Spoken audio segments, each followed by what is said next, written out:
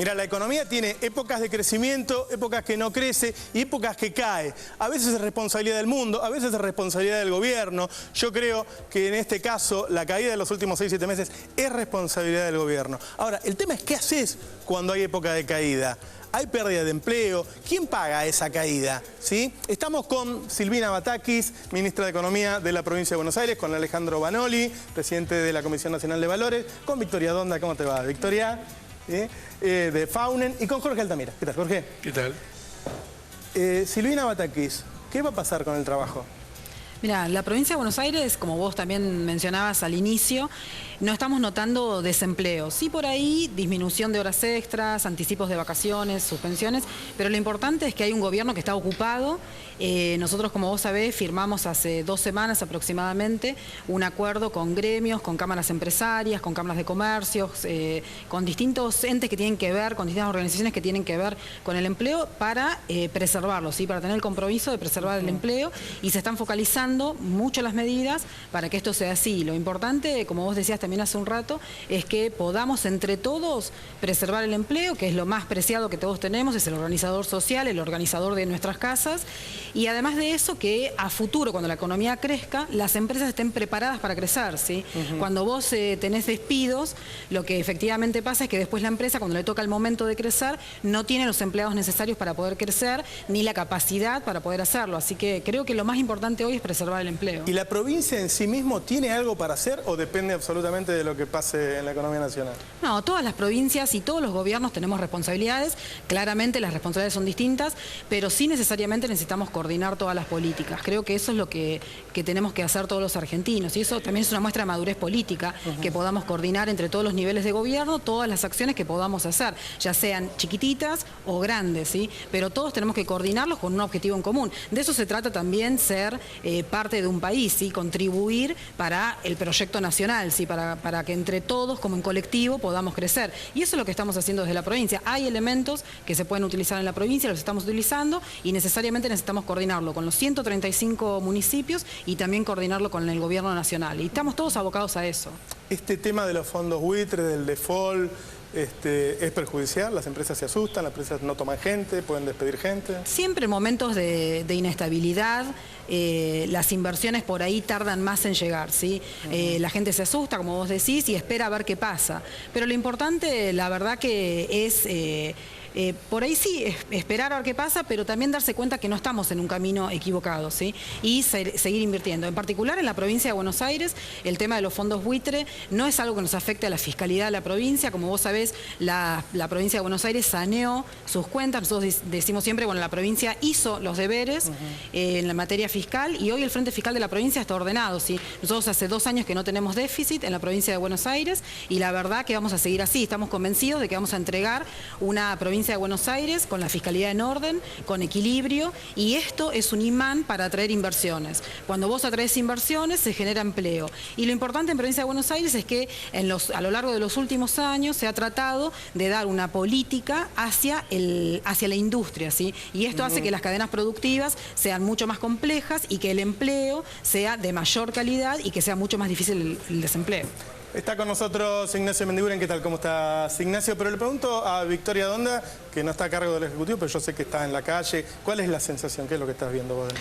La sensación es de mucha preocupación porque sí se ve que hay suspensiones, que hay trabajo precario. El empleo precario es un gran problema. Digamos, el grave porcentaje de empleo no registrado que tenemos en Argentina es un gran problema para todos, porque esas changas, ese empleo no registrado, es el que empieza a disminuir cuando hay cuando existe crisis económica.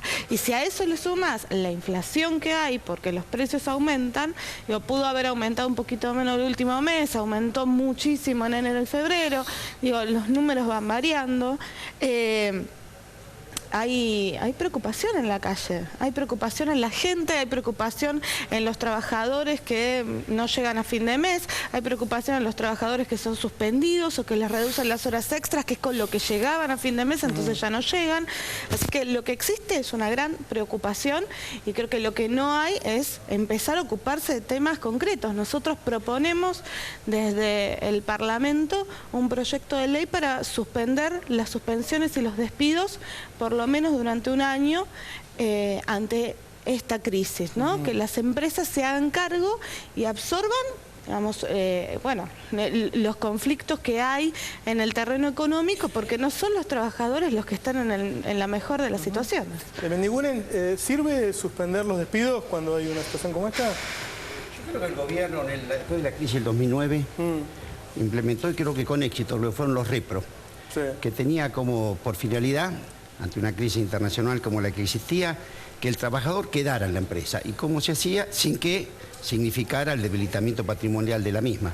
Entonces significaba dar una suma a cuenta para ayudar a ese salario por parte de la empresa, a la empresa para que lo tuviera, y se logró, yo creo, mucho éxito, que se mantuviera los puestos de trabajo, y como el rebote fue bastante grande, bastante rápido, después de la crisis del 2009 tuvo éxito. El gobierno ahora ha ampliado ese importe a 2.000 pesos, y creo yo que este es el camino, que el esfuerzo que tiene que hacer sobre todo el sector industrial, que lo último que hace es romper el contrato de trabajo, porque un trabajador industrial todos sabemos que es el principal activo que tiene una compañía por la complejidad de su capacitación. Cuando usted anda mal, entre todos pagamos esos 2.000 pesos. Cuando anden bien, ¿nos van a repartir un poquito a nosotros? Bueno, cuando uno anda bien, el 50%, es decir, de 2 días que una empresa trabaja, una empresa que está en blanco, uno va para la comunidad a través de los impuestos. Ajá. Jorge Altamira. Bueno, yo creo que no vamos a esperar que el desempleo suba el 50%, el 100% o el 25% para discutir el problema. Tenemos que discutirlo ahora. En estos días escuché al presidente de la Cámara Gráfica por radio que decía que las suspensiones son el preludio de un despido.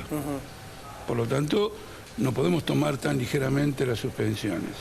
Y hoy ya tenemos suspensiones y despidos. Por lo tanto, hoy tiene que haber una señal política de cuál es la orientación a seguir. Y la orientación política que se sigue no es favorable, porque desde las tribunas del gobierno, Capitanich, la presidenta, etcétera, atacan a los movimientos de trabajadores que luchan contra estos despidos y estas suspensiones. Lo que hay que hacer es repartir las horas de trabajo. Si baja la producción, naturalmente el tiempo disponible de trabajo se reduce, se reparte entre todos los trabajadores sin tocar el salario. Lo que de Mendiguren dice, en una expresión que usó, por ejemplo, el no afectar el patrimonio de la empresa, es una frase muy especial, porque entonces la tiene que pagar el trabajador, o como dijiste vos mismo, la tienen que pagar los contribuyentes. No, se han ganado con la pala, como se dice, y especialmente en la industria automotriz, tienen muchos fondos acumulados para enfrentar esta situación. Y luego quiero rescatar una idea importante. La palabra desempleo es una abstracción.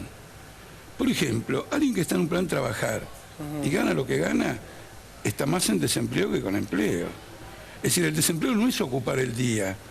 El desempleo es estar en un trabajo socialmente productivo a cambio de un salario digno. ¿Registra oficialmente el desempleo el despido de trabajadores informales? El trabajador precario que está en trabajo en negro. Este retiro de horas extras es correcto. Con las horas extras, especialmente en la gran industria, se redondeaba un salario atractivo. La pérdida de las horas extras es una forma parcial de desempleo, porque lo que pasa a cobrar el trabajador es muy poco. Entonces, lo que hay que hacer ahora es una definición política ahora. Los despedidos de Lear, todos adentro.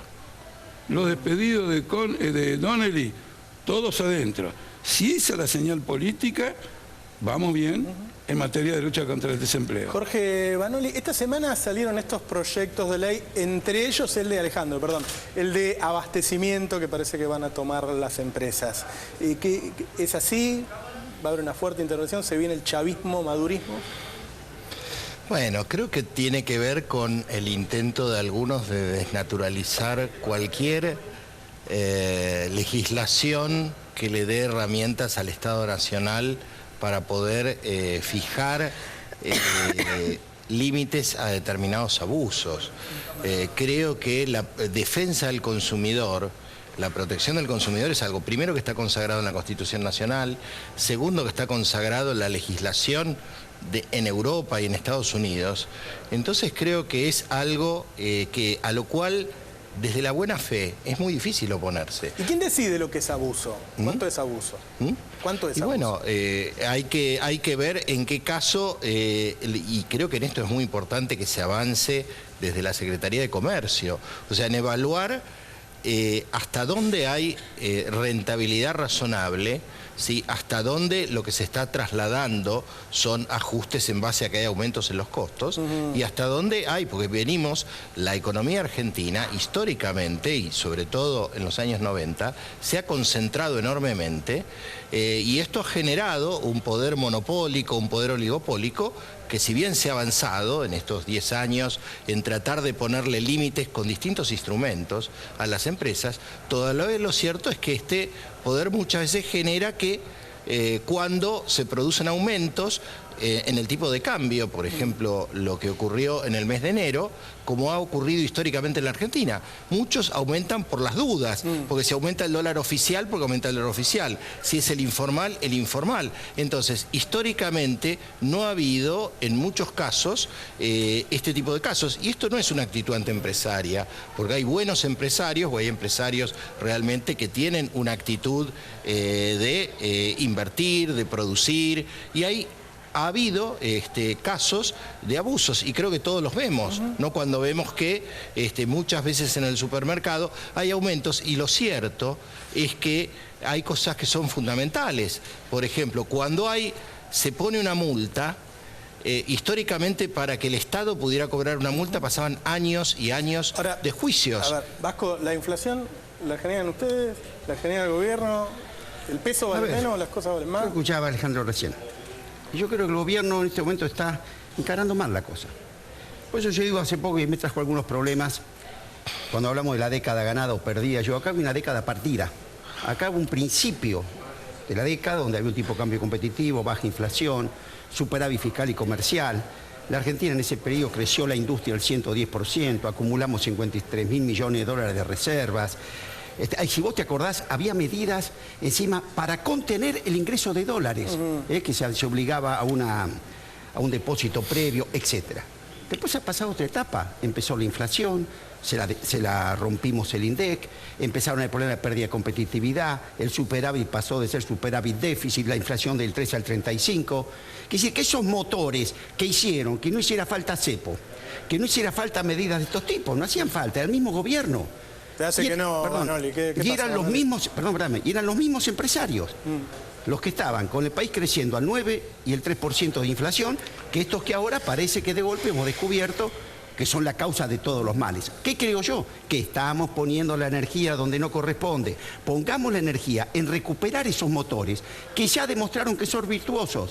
Generan puestos de trabajo, mejora la redistribución del ingreso, acumula reservas y hasta tiene que hacer que los dólares no entren tanto. Lo que dice Mendiguren lo dicen varios, que hay una época en que el gobierno fue de una manera y otra época que fue distinto. ¿Sabes por qué? Perdóname. Porque si no, el péndulo no va a parar en el proceso virtuoso de este proyecto. Va a volver a la década del 90. Entonces yo quiero rescatar de que este periodo, cuando hicimos las cosas como correspondía, fue virtuoso, generó empleo. Ahora, hubo un periodo posterior que no podemos decir que es el mismo. ¿Está claro? No, Roberto, el planteo de Mendiguren me preocupa. De Mendiguren dice lo siguiente. Volvamos... que coincidamos también. ¿Cómo? Sí, me parece bien. Me preocupa por lo siguiente. Él dice, volvamos a la época virtuosa del kirchnerismo. Sí. Esto suena fantástico. Económica, yo te digo. Económica, que le tocó. Está bien. Los números hablan. Pero quiero tratar el tema. ¿Cómo no? Para llegar a la época virtuosa del kirchnerismo, el país conoció una fenomenal devaluación. Una caída brutal de los salarios. ¿Vos que él quiere otra devaluación? Por supuesto, por supuesto. Es amigo de Cavallo, es el mismo planteo de Cavallo. No, de Cavallo no. Es una te sale bárbaro. Pero lo han votado. ¿El problema fue la devaluación o fue 10 años de contener el tipo de cambio? Aprendés, porque si no siempre pasa lo mismo. No es que viene, la devaluación y la crisis, viene el desastre y la devaluación. No, ese es el punto de vista empresarial. Es el punto de vista empresarial. Los salarios tenían un nivel en el año 2001 y como consecuencia de una devaluación salvaje, esos salarios se fueron... Se había destruido todo el empleo los salarios, traía los choclos de Francia, los salarios... Choclo lo traíamos de Francia. No me dejás de hablar porque te deben molestar los argumentos. Yo lo que digo es esto. La devaluación monetaria del 2002 fue un masazo a los salarios. Si era tan bueno, y ahora ustedes están denunciando un retraso cambiario, debo deducir, y se lo escucho decir a todos vuestros economistas, que van por otra devaluación. Es una orientación general.